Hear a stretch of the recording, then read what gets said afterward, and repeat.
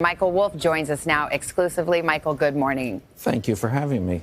The book is published as of 9 o'clock this morning. The president's lawyers sent a cease and desist letter threatening legal action against you and the publisher, to which you say? And they sent that yesterday before they actually had read the book. But actually what I say is where do I send the box of chocolates? You think he's helping you sell books? Absolutely. I mean, and not only is he helping me sell books, but he's helping me prove the point of the book. I mean, this is extraordinary that a president of the United States would try to stop the publication of a book. This doesn't happen, has not happened from other presidents, would not even happen from a CEO of a mid-sized company. Well, the president, obviously, as you know, tweeted about you last night. He says, I authorized zero access to the White House, actually turned you down many times, said he never spoke to you for the book. It's full of lies, misrepresentations, and sources that don't exist. So as good a place to start as any. Did you talk to the president? What was I doing there if he didn't want me to be there? Well, let me ask you, did you talk to the president? Did you interview him for this book? I absolutely spoke to the president. Whether he realized it was an interview or not, I don't know, but it certainly was not off the record. And you spoke to him at the White House after he was sworn in? I spoke to him after the inauguration, yes. And I had spoken to, I've spent about 3 hours with the president over the course of the campaign in the White House. So my window into Donald Trump is pretty significant. But even more to the point, and this was really sort of the point of the book, I spoke to people who spoke to the president on a daily, sometimes minute-by-minute basis. So this book was really, in a sense, there was one question on my mind when I began this book. What is it like to work with Donald Trump? How can you work with Donald Trump?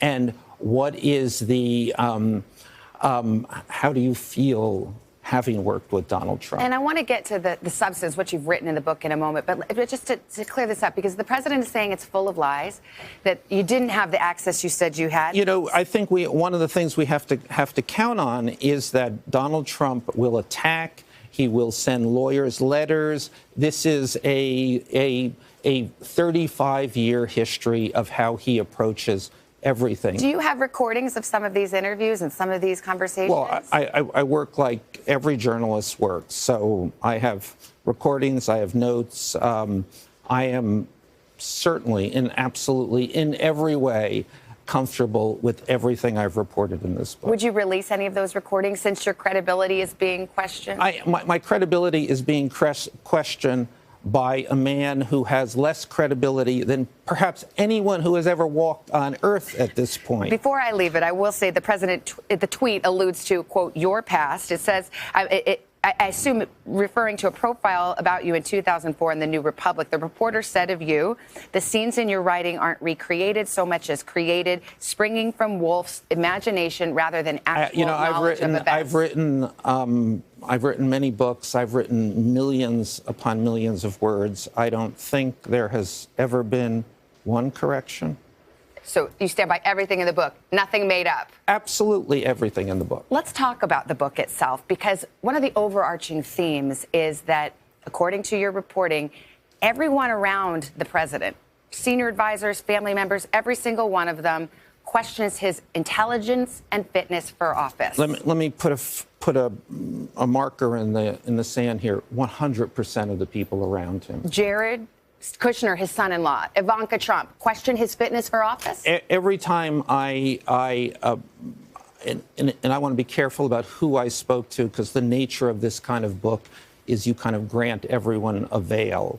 But having said that, certainly Jared and Ivanka, in their current situation, which is in a deep legal quagmire, are putting everything on the president. Not us, it's him. What are some of the ways the president was described to you by those closest to him? You know, I will tell you the one description that everyone gave, everyone has in common. They all say he is like a child. And what they mean by that is he has a need for immediate gratification. It's all about him. I mean, this letter for this cease and desist letter. I mean, I still have sources in the White House, and I know everybody was going, we should not be doing this. This is not smart. And he just insists. He just has to be satisfied in the moment. You said that these senior people insult his intelligence. What are the kinds of things people would say? They say he's a moron, an idiot.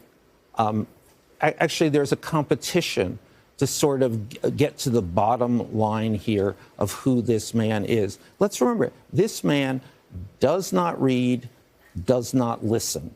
So he's like a pinball, just shooting off the sides. One of the more disturbing observations you make in the book is that the president's close advisors, people around him, have noticed him repeating stories, expression for expression, you say, within a short period of time. In a shortening period. So they've all tracked this, that it used to be, I know people would point out that in the beginning it was like every 25 or 30 minutes you would get the same 3 stories repeated. Now it's the same 3 stories in every 10 minutes. Oh, and what's the suggestion there? Because that goes beyond saying, okay, the president's not an intellectual. I mean, what are you arguing there? You say, for example, that he was at Mar-a-Lago and didn't recognize lifelong friends. I will quote Steve Bannon.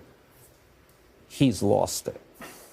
Let's talk about Steve Bannon, because here's somebody who was on the record with you, made some pretty bold assertions, as you mentioned, has disparaged the president, and yet now, in the last couple of days, says he's a great man and nothing can separate us. What's Bannon doing here? I want to make one. I mean, the president has tried to put this. This book is about Steve Bannon.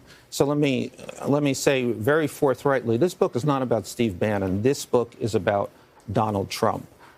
As for Steve Bannon, and I spoke to Steve as I spoke to many people throughout the length of the reporting here, and really saw a transformation, not only of Steve, but of everyone. But Steve, in a way, is most vivid, or his language is the most vivid. And the transformation was, we thought this presidency could work. We thought Donald Trump is an interesting, unique character, and we might be able to do something here. And they saw him over that time come to the conclusion he cannot do this job. I am out of time, but your former editor at Vanity Fair, Graydon Carter, said he wasn't surprised you'd written this explosive book. He was surprised they let you in the door at the White House.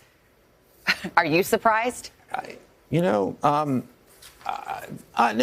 a nice guy. I go in. Did you flatter your way in? I certainly said what was ever necessary to get the story. Michael Wolff, thank you for being here. Again, the book is called Fire and Fury. We should mention Michael's going to be Chuck Todd's exclusive guest. Hello, Today fans. Thanks for checking out our YouTube channel. Subscribe by clicking that button down there and click on any of the videos over here to watch the latest interviews, show highlights, and digital exclusives.